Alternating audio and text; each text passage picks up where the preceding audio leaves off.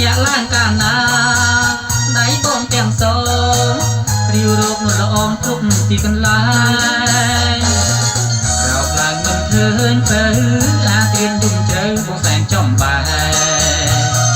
ចិត្តបងតែងគិតមកមេ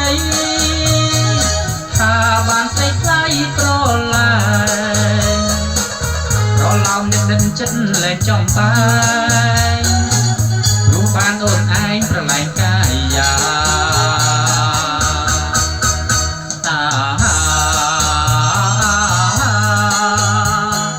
យុគមួយសូបិនឃើញអូ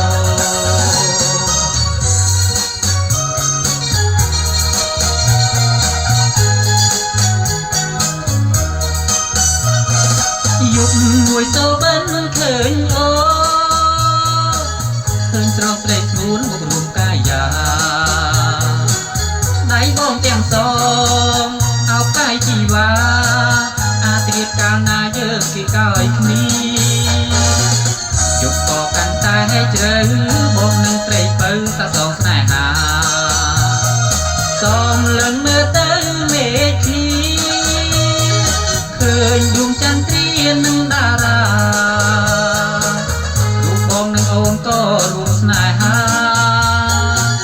ក្រោមព្រះចន្ទខ្លាបំភ្លឺរៀបត្រី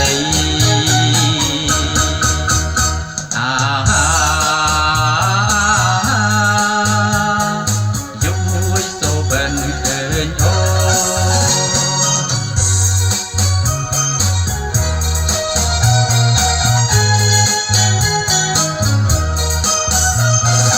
យុគមួយសូបិនឃើញអូ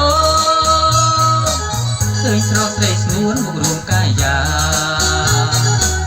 ដៃបងទាំងសងអោបកាយជីវ៉ា